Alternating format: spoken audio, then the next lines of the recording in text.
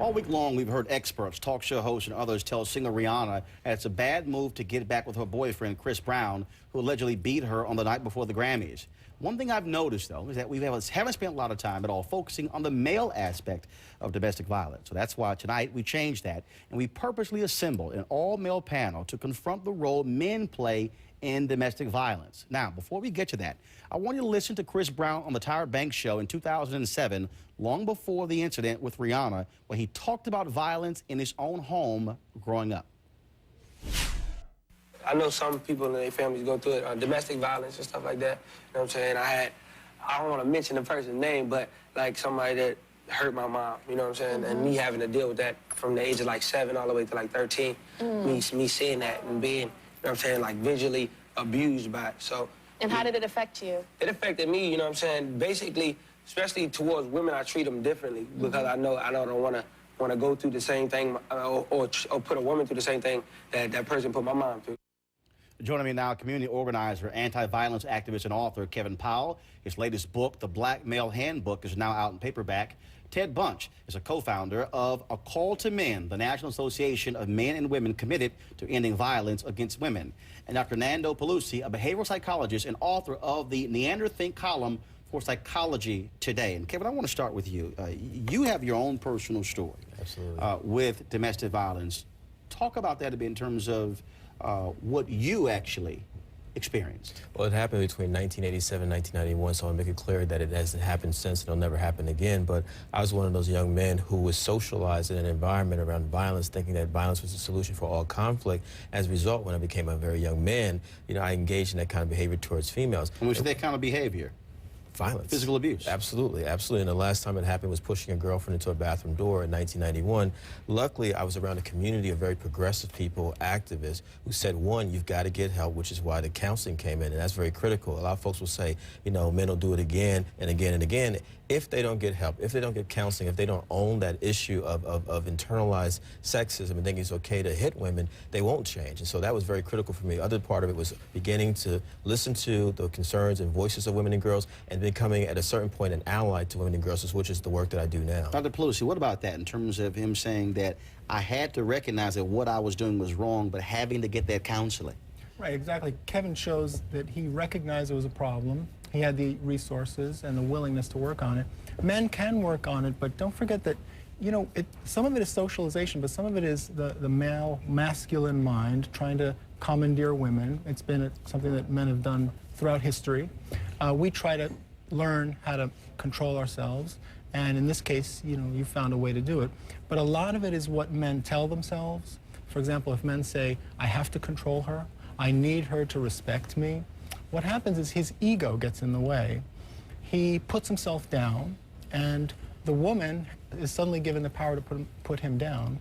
And what happens is he thinks the only thing left for me to do is to commandeer this, and it escalates more and more. In a moment, I'm going to go to a phone caller from Chicago. I want to go to Ted. Ted, what about that? You focus on the sexism that men must confront. What about, talk a bit about that. Yes, well, thank you. Well, domestic violence is the manifestation of sexism. It's a gender-based crime, right? Gender-based violence. So when we look at men's violence against women, it's interesting that when a man's angry or stressed out or upset, he knows who he can hit and who he can't hit. In other words, the violence is selective and exclusive. So when he's upset at work, or when he's upset with the police, or when he's upset in any other situation, he has conflict resolution skills, but see, he doesn't need to use those because our socialization, or how we're taught to be men, our definition of manhood, says that women have less value than men. But he also knows he's going to pay a price to hit a cop. Well, exactly. Gotcha. And there is no price because we don't value women. Because there's no value in women. We're taught that women are property. We're taught that women are objects. And so we don't need to look at it so much as an individual ill, but a social ill needing a social response. And it's men as a collective that are the problem. This man is just operating out of how he's been taught. In other words, we taught Chris Brown very well how to disrespect women. I want to go to Tracy from Chicago, who's on the phone lines. Tracy, what's your comment? Hi, Roland. How you doing? Great. I just wanted to say that I'm really glad that you're talking about this because over the last few weeks, I mean, this whole Chris and Rihanna thing has really blown up, and I really haven't heard men to step up and speak up and say, you know, this shouldn't happen, this is wrong. I mean, a lot of the celebrity guys are retracting their words. I don't know, you know, if they're scared of the repercussions, but I want to hear men stand up and say this is wrong. And as far as Chris and Rihanna, I personally think that they both have issues that they need to work out, and being together right now doesn't really seem like the answer. So I would ask you, you know, why do you think that, you know, a lot of men aren't stepping up and saying, you know, this is wrong? You know, can you tell me that?